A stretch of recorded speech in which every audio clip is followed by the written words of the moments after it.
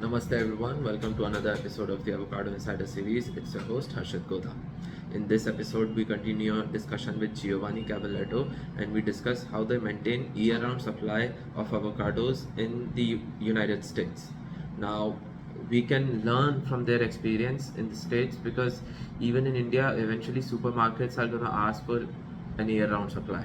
So either we fulfill that through different fruiting seasons of different states, and then maybe import markets allow for a year-round supply. So for example, India has allowed import of the avocado fruit from Tanzania, and that too duty free.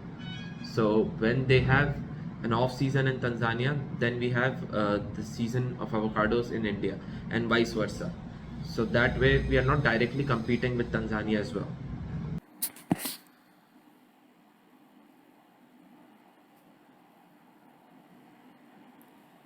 So you used to source from Colombia, Peru, Mexico. So what were the seasons, and were there any overlaps between the season? And how did you maintain year-round supply?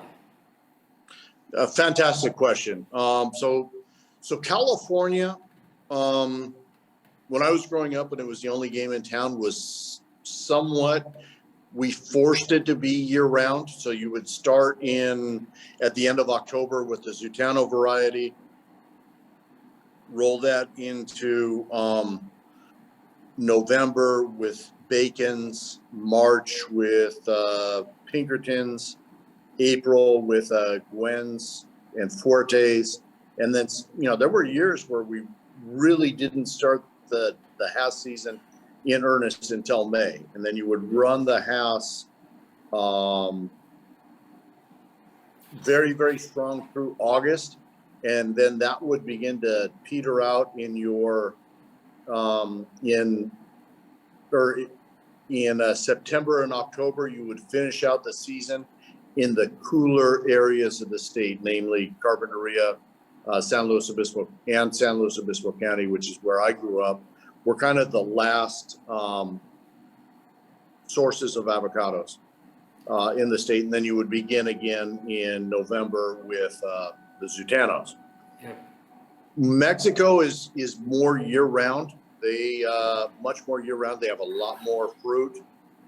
Their season kicks off historically with the Flor Loca, or the off bloom, in July.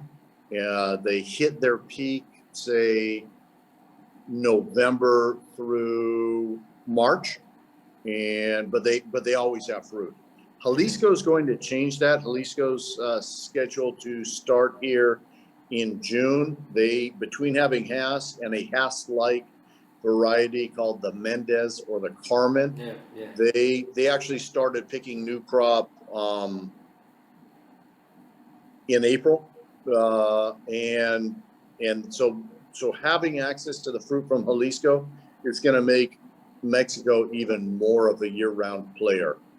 Okay. Peru is interesting. Peru, even though it's their coastline is 50% longer than California's, they're really tied pretty tightly to about a 12 to 15 week window, say, with arrivals to the U.S. market May through August. You can get a little bit into September. We've even had some Peruvian fruit as late as October, but that's really kind of that becomes more risky at that point. Colombia, I think, is going to, out of all of the countries that are not Mexico, they're probably going to be the most year-round again.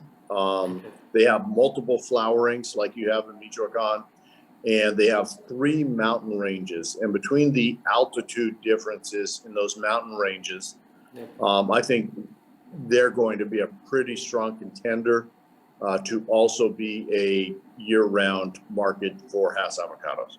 Okay.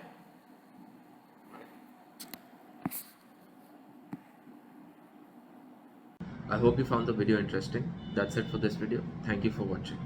But before you go, don't forget to hit the notification icon and the subscribe button.